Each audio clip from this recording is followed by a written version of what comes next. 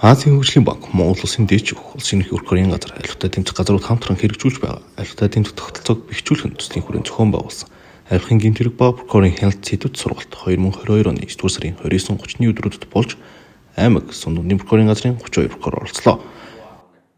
Авилгын гэмтэргийн талаарх ойлголтын зөрүү тийм ээ, бид нар одоо мөрдөн шалгах шатанд яаж ойлгож байгаа юм, прокурорын шатанд яаж ойлгож байгаа юм, шүүх яны шийдвэрлэхдээ энийг яаж ойлгож байгаа юм, энэ талаараа харилцан хэлэлцэж, бивэндээ мэдээлэл солилцож, ойлголт нь нэг мөр болж цэгцрэх ийм ач холбогдолтой сургалт болж байгаамаа.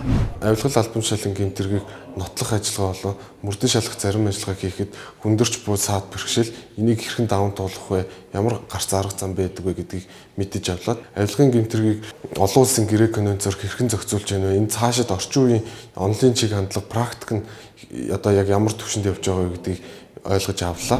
Шүүх, прокурор, мөрдөх байгууллагууд хамтраад одоо ойлголтын зөрүүгээ арилгах, нэг мөр ойлгох, хуулийг хэрэгжүүлэх талаар ингээд зөвлөгөө хийгээд бас зарим тодорхой эрх зүйн ойлголтуудыг ойлгох хэм хэмжээг нэгтгэх ийм ажлууд хийгдэж байгаа нь өөрөө ач холбогдолтой байна.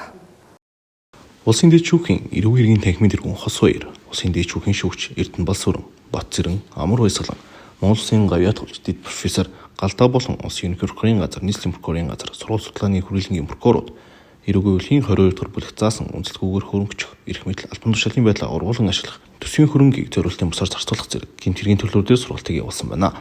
Энэхүү сургалт нь нийт 5 удаа зохион болгох бөгөөд 250 прокурорыг хамруулахаар төлөвлөж байгаа юм а.